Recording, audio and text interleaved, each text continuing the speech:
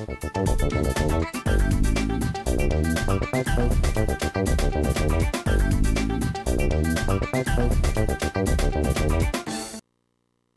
Gilvândia Moreira, presidenta do sindicato, e nós estamos retomando hoje o primeiro Momento Bancário em Debate de 2012. E a partir desse momento bancário, toda semana nós estaremos aqui debatendo, trazendo algum convidado, falando sobre um tema importante para a categoria, algum tema importante para a sociedade. E hoje nós vamos falar sobre dois temas, sobre dois assuntos interessantes. Nós vamos falar da PLR, e já recebemos várias perguntas, e nós vamos falar também do Bloco dos Bancários, que teve como tema de 2012 as relações compartilhadas. Para falar de PLR, nós estamos aqui também, nós temos hoje aqui a Kátia Uehara, que é economista, trabalha no GES e na subseção aqui dos bancários de São Paulo. Boa noite, Kátia. Obrigada aí pela presença. O sindicato, junto com o GES, preparou todo um estudo, porque a PLR dos bancários, da Convenção Coletiva Nacional, está completando 16 anos, que a gente negocia essa PLR, está lá e todos os bancários do Brasil têm direito a receber. Na verdade, os bancários que fazem parte da Convenção Coletiva Nacional. Então, a gente vai ver o que mudou, qual o balanço desses anos de negociação. O que avançou, o que deixou de avançar. Nós vamos falar também, responder as perguntas que chegaram dos bancários, falar um pouco dos lucros e para a gente entender um pouquinho, tem muita pergunta aqui, quando é que nós vamos receber? Que é uma pergunta que está sendo feita aqui bastante pelos bancários do Itaú. O pessoal do Banco do Brasil tem muita pergunta aqui dos oriundos da nossa Caixa, questionando, inclusive, achando injusto a forma como o banco está tratando as pessoas. E a gente vai primeiro começar aqui com a Kátia. Kátia, fala um pouquinho aí do objetivo desse estudo. Bom, primeiramente, boa noite. Bom, esse é o estudo na qual você está citando aqui, na qual eu vou falar um pouquinho, É um estudo que ele visou realizar uma análise acerca da PLR dos bancários a partir de 1995, onde ela foi implementada, identificando a trajetória da remuneração variável, ou seja, da PLR dos bancários nesse período, em relação ao peso total da remuneração dos bancários, Identificando também, buscando identificar a partir dessa análise mais aprofundada da PLR dos bancários, as oportunidades que surgem a partir desse tipo de remuneração e os riscos que decorrem da ampliação desse tipo de remuneração na remuneração total dos bancários. Hoje a remuneração variável tem um peso aí de cerca de 15% da remuneração total dos bancários. Quais os principais resultados, avanços da PLR dos bancários detectados a partir desse estudo? Bom, em primeiro momento a gente pode dizer que a PLR dos bancários ela avança porque primeiro que ela está numa convenção coletiva e de abrangência nacional. Isso é extremamente importante. A maioria das categorias não tem isso. Não, na realidade, às vezes é por fábrica, por empresa. Exatamente. Aliás, a maioria dos trabalhadores nem recebe PLR. Exato. Inclusive, como ela está na convenção coletiva, ela é válida para todos os trabalhadores bancários do Brasil, independente do banco. O outro avanço se refere a como ela é de abrangência nacional, ela trata indistintamente da região do país, ou seja, o bancário aqui de São Paulo recebe a mesma que o bancário que está no norte do país, no nordeste do país. Enfim, não há distinção de região, por exemplo. A parcela fixa, por exemplo, quando foi implementada em 1995, ela valia R$200. Hoje ela vale R$1.400. Aí você pode perceber um crescimento real, ou seja, desconsiderando já a inflação de 142% no período. Crescimento real, Exatamente, de crescimento real, exatamente. Além disso, você tem o aumento da regra majorada de 2 salários. A partir de 2008, ela passa a vigorar como 2,2 salários. A parcela adicional que hoje ela está em R$ 2.800, também teve grandes avanços nesse período. A pesquisa diz que a partir de 2006 o valor fixo porque o valor fixo, ele contempla principalmente os salários mais baixos, já que ela é dada independente do valor do seu salário. Faz justiça para os menores salários. Exatamente. Né? Por isso que a gente tentou sempre aumentar a parcela fixa, a gente foi tentando. Porque, na verdade, essa parcela adicional, antes ela não era. Quando a gente negocia a parcela adicional, ela estava dependendo do crescimento do lucro em relação ao ano anterior. Aliás, foi uma luta muito grande dos bancários em 2008, se eu não me engano, para alterar essa regra.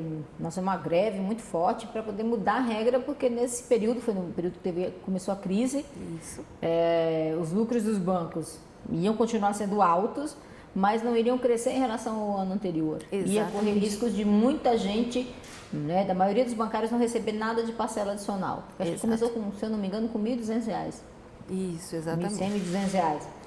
Então, isso foi um grande avanço e foi resultado de luta, né, da categoria, compreendendo e bem organizada e nacionalmente para fazer a alteração dessa regra. Exatamente.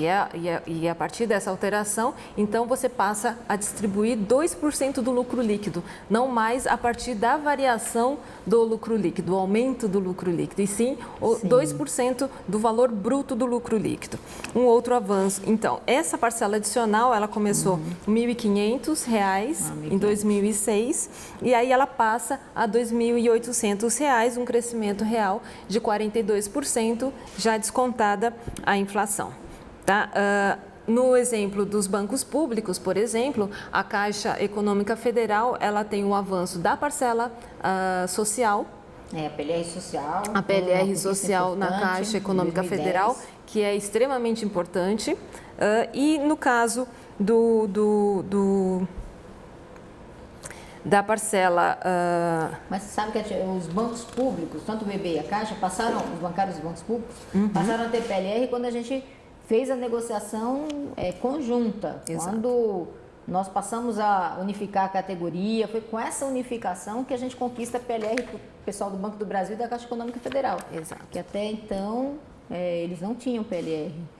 Então, esse também foi um grande avanço da campanha nacional unificada. Exato. E no caso do Banco do Brasil, ela passa a incorporar a parcela adicional de distribuição de 4% do lucro líquido, né? Então, vamos assim, dando um exemplo mais abrangente, mais concreto, Ju, por exemplo, um bancário que recebe, por exemplo, um piso de R$ 617,60 que ele recebia em 1995.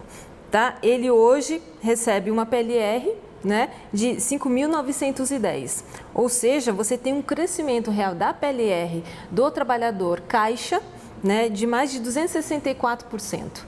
Né? Isso é bastante significativo no que se refere. Em múltiplos de salários também, né? Exatamente. Em múltiplos de salário, o trabalhador que tem um salário menor é quem acaba recebendo mais em múltiplos de salário. Exato. Por conta, inclusive, daquela questão da parte fixa da PLR, que é uma forma de você fazer justiça, aumentar os valores de quem ganha menos. Deixa eu só responder aqui uma pergunta. O pessoal do Itaú, nós recebemos vários e-mails aqui de bancários do Itaú perguntando cadê o adiantamento? Na verdade, não é nem adiantamento, cadê o pagamento da segunda parcela da PLR? Olha, nós cobramos de todos os bancos, esses grandes bancos, inclusive do Itaú, que fizesse o pagamento da PLR antes do Carnaval, claro, porque as pessoas, além de ter dinheiro para brincar o Carnaval, né, também porque elas estão pagando IPTU, né, tá chegando em casa aí a conta do IPTU, tem que pagar IPVA, enfim, matrícula da escola do filho. Então tem um monte de conta para pagar agora no começo do ano e é importantíssimo receber logo o valor da PLR para não ter que ficar usando cheque especial, né? Nem pedindo empréstimo. Aliás, não é nem aconselhável usar cheque especial porque é um juro absurdo. Então, assim, de qualquer maneira, nós cobramos, o banco, continuamos cobrando para que faça logo esse pagamento, mas nós acreditamos que o banco não respondeu, disse que não tem possibilidade de pagar essa semana, até amanhã, mas nós estamos cobrando ainda e vamos insistir que pague no máximo até o final da semana que vem, porque por conta de todas essas contas o bancário está ansioso para receber a PLR. Aí nós temos uma pergunta aqui dos bancários do Banco do Brasil. Na verdade, são as perguntas que chegaram do pessoal do Banco do Brasil, principalmente dos oriundos da nossa Caixa, questionando, porque na verdade quem não é optante, né, no caso do PCS do Banco do Brasil, os que vieram da nossa Caixa não optantes, eles estão sendo diferenciados no pagamento da PLR. Faz tempo que nós estamos cobrando isso do banco. Agora, essa é uma luta que a gente tem que fazer na campanha salarial, entendeu? Tem que fazer na campanha porque as regras da PLR estão já pré-estabelecidas e nós temos que lutar mesmo porque realmente é um absurdo, uma injustiça isso que o Banco do Brasil faz com o pessoal que veio, que não fez opção, entendeu? Acaba com um salário paradigma que é uma média, né? E acaba ficando com a referência menor. Só assim, para a gente encerrar, tem um bancário aqui do IB que acabou de mandar também um e-mail para a gente falando que o Bradesco pagou para todo mundo, pagou no dia 10 a PLR, mas não pagou para esse grupo de bancários da junção 5404, que era do Banco IB. Nós vamos cobrar do banco. Amanhã eu vou ligar para o banco para saber por que não pagou a PLR de vocês também. E vamos cobrar que faça logo esse pagamento, porque na verdade pagou para todo mundo, tinha que pagar para todos os grupos, todos os segmentos dentro do banco. Aqui tem uma bancária, uma bancária do Santander. Trabalhei no Banco Santander até 12 de 2009, ou de 12 de 2009 até 31 de 11 de 2011. Aí pergunta se tem direito a receber a segunda parcela da PLR também. Tem direito e ela é proporcional. Tem que procurar o banco que ele vai estabelecer a data. Bom, nós vamos encerrar aqui. Obrigada, Kátia, pela sua presença.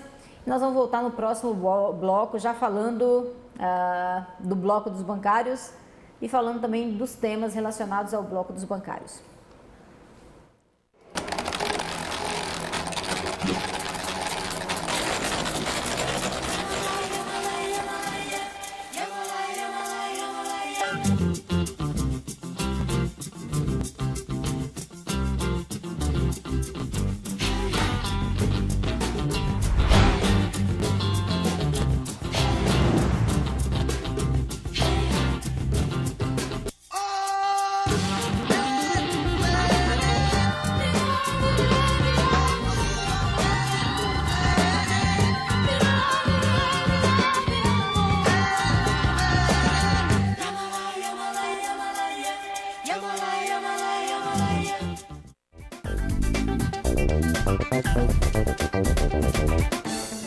Estamos de volta aqui no segundo bloco do Momento Bancário em Debate.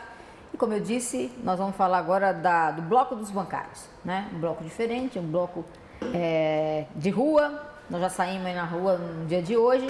E está aqui a Marta Soares, que é funcionária do Banco Itaú, diretora do sindicato. Ajudou a organizar aí os temas do bloco. Marta, boa noite. Fala um pouquinho para a gente do bloco dos bancários. Boa noite, Fale qual o tema principal, quanto tempo tem que a gente faz esse bloco? Boa noite, Vândia. Boa noite a todos e todas. Há 4 anos o sindicato bota o bloco na rua, né? E nesse ano vem abordando o tema igualdade de oportunidade na vida, no trabalho e na sociedade. Falando das relações compartilhadas, não é isso? Relações compartilhadas, remuneração igual, participação da mulher na política e violência de gênero, né? Combate à violência, né? Combate à violência. E essa camiseta era uma das camisetas do bloco? Essa que você está vestida? Exatamente. E para dizer da categoria bancária, as diferenças salariais giram em torno aí de 30%, sendo que as mulheres estão tão preparadas quanto os homens. E nós estamos reivindicando esse salário igual. Muito bem, então assim, para a gente ver direitinho como é que foi o bloco, nós vamos assistir agora um vídeo e depois a gente retoma para falar um pouco, debater um pouco mais esses temas abordados no bloco.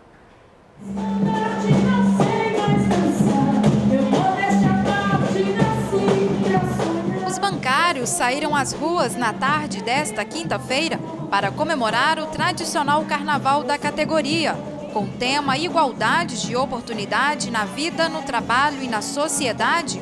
O bloco percorreu as principais ruas do centro de São Paulo, ao som de marchinhas tradicionais, para destacar as reivindicações deste ano.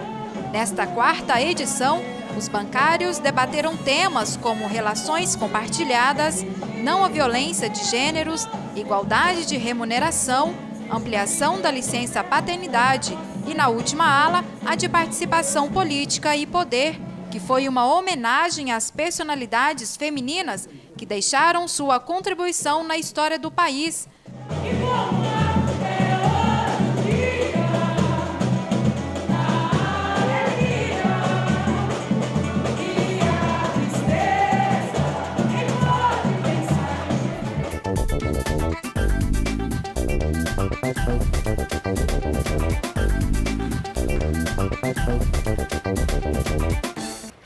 Muito bem, esse foi o bloco dos bancários.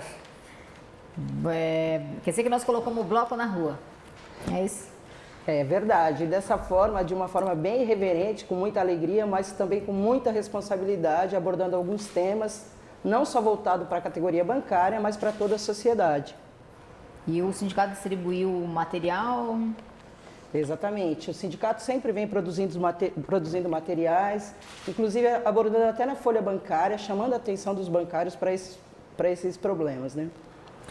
Bom, a gente fez no bloco, uma das alas fala sobre participação e poder e faz uma homenagem a mulheres, 10 mulheres, não é isso, Marta? Exatamente. Escolhidas aí pela categoria, estava no site durante o período, escolhidas, né, pela categoria, votadas, para serem homenageadas, lembradas no bloco, para refletir o papel delas na história, né, na nossa história, seja nos vários setores, né, na política, no esporte, enfim, na cultura, mulheres que atuam socialmente, que têm uma contribuição.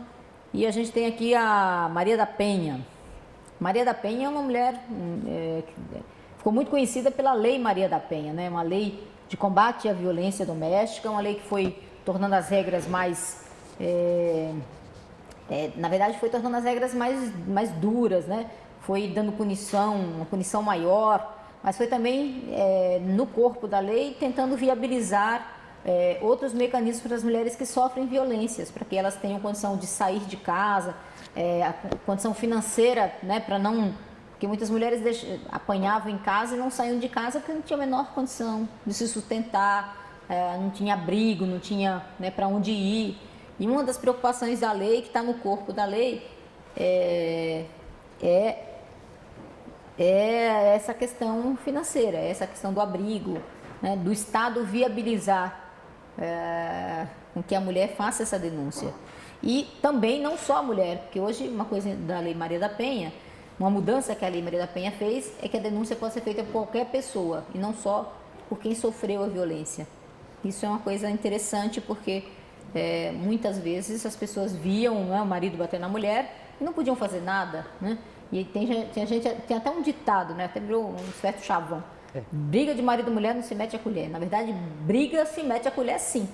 Não importa se é de marido a mulher, se é o que for. Se for violência, né, física, violência emocional, você tem que impedir que isso aconteça. A gente pode ver uma pessoa sofrendo violência e ficar quieto no canto, né?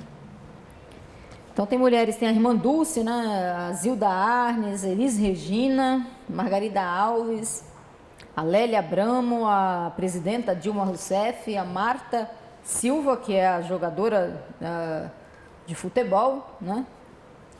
Dizem aí a versão feminina do Pelé.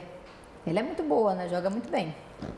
A Pagu e a Marta Suplicy, mulheres que atuam em várias áreas, que tiveram, né, atuam, continuam atuando, algumas atuaram.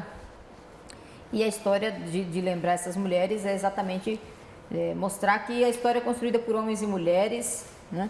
E nas várias áreas você tem mulheres irreverentes, mulheres marcantes que com sua atuação contribuíram muito para mudar a nossa história e com o nosso país.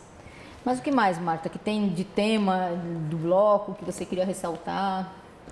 O que eu acho interessante em relação à Lei Maria da Penha, e a gente tem um dado aqui e é alarmante, né? Os dados da Central de Atendimento à Mulher, Ligue 180, em 2011 foram registrados 2.188.000. Então, a violência aí continua muito grande em relação à mulher e, como você bem disse, né, isso não precisa ficar vinculado só ao companheiro ou à companheira de fazer a denúncia, outras pessoas também podem estar usando o número 180 para fazer as denúncias, né? Agora, eu acho que é importante, esse ano é um ano eleitoral e como a gente vem sempre cobrando a participação da mulher na política brasileira, né? Só fazer aí a menção em relação à nossa presidenta, então que nós estamos aí levantando a bandeira de maior participação da mulher na política brasileira. O Congresso Nacional ele é extremamente masculino, né?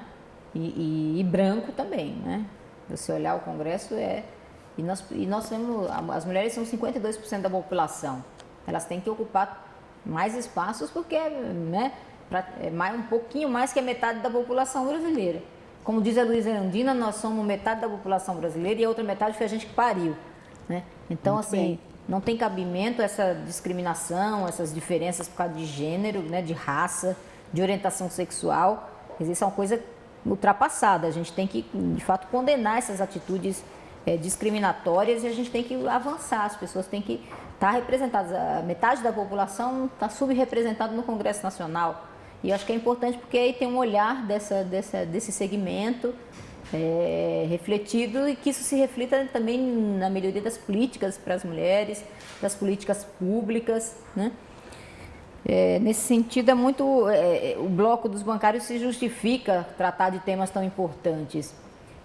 E por que as relações compartilhadas? Né? Do que a gente está falando quando a gente fala em relações compartilhadas?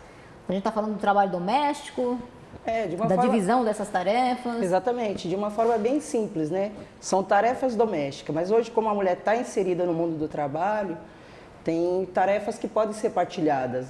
Um lavar louça, limpar a casa de uma forma bem tranquila, e isso o homem também pode fazer, né? O cuidado com os filhos, até um dos temas que nós estamos abordando é a licença paternidade também estendida para 6 meses, né? Porque isso é partilhar na educação, partilhar no convívio, por uma sociedade melhor.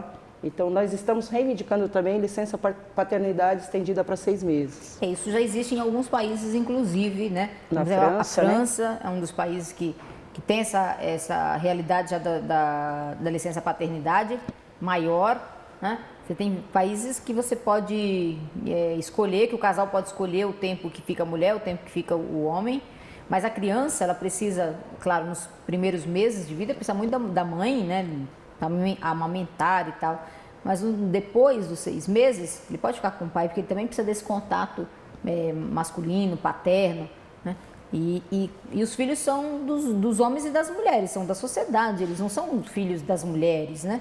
Por isso que é importante que todo mundo tome essa consciência e que para acabar com a dupla jornada, porque a mulher vai e trabalha fora de casa, vai para o mercado de trabalho, depois vem para casa e ainda tem mais uma jornada que é arrumar a casa, fazer comida, cuidar dos filhos, né? Cuidar da casa, cuidar da roupa, enfim.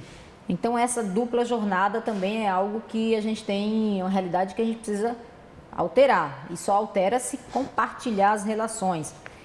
Porque a vida privada interfere na vida pública, né, e vice-versa, né? A vida pública interfere na vida privada. Então, a gente tem... Por isso que o sindicato já fez lá atrás essa campanha, está resgatando, né, Marta, esse ano a campanha das relações compartilhadas. Nós vamos relançar a cartilha. E um dos assuntos, e tá aí, os assuntos são esses, para que os bancários você possa refletir lá no seu local de trabalho. Pega seu colega, sua colega, pergunta, e aí, como é que você faz na sua casa? Compartilha as relações? Acho que o legal é isso, é quem compartilha, quem divide as tarefas, porque é uma questão de justiça. E nós queremos viver num mundo melhor, tem que ser melhor para todo mundo, não é só para uma parte, né? Nós precisamos estar felizes, né? Feliz na nossa relação, feliz com o nosso trabalho, enfim. Então, a gente tem que estar lutando para isso. Nós vamos encerrar aqui o Momento Bancário em Debate. Dizer que esse ano nós estamos introduzindo no Momento Bancário em Debate algo que é um quadro que vai chamar Boca no Trombone. Nós fizemos isso na campanha salarial. Então, todo o programa a gente vai ter um momento, um espaço, a gente vai escolher um e-mail mandado por um de vocês para colocar a boca no trombone. Você pode falar de um problema que você tem no local de trabalho, você pode falar de algo que você acha injusto no banco que você trabalha, ou você pode falar também de algo que você acha injusto na sociedade, na sua cidade, no seu estado, no seu país. Então você pode pôr a boca no trombone aqui no Momento Bancário em Debate, manda o seu e-mail e a gente vai escolher um e-mail para falar aqui no Momento Boca no Trombone. Queria agradecer muito a audiência de vocês, agradecer as perguntas que vocês mandaram, os e-mails, a participação. Dizer que o sindicato é isso mesmo, ele é participação, o sindicato é de todos nós, bancários e bancárias, que compomos essa categoria. Que tudo que a gente faz aqui no sindicato é pensando nisso, como é que a gente melhora a vida dos trabalhadores, como é que a gente melhora nosso estado, nossa cidade, nosso país, porque é assim que a gente vai viver melhor e a gente quer construir um país melhor para todo mundo. Obrigada, Marta, pela presença, parabéns aí pelo bloco, parabéns, né, pelo trabalho, por ter ajudado a construir esse momento do Carnaval dos Bancários. Se quiser se despedir. Tá certo. Obrigado, Gilvândia, obrigado a todos pela atenção e vamos mudar o mundo. Muito bem, bom Carnaval para todos, até semana que vem, na próxima quinta-feira, e a gente vai falar da segurança bancária. Vamos falar dessa retirada das portas de segurança que os bancos estão fazendo, vamos ter convidados aqui e a gente conta com a sua presença na próxima semana. Um grande abraço.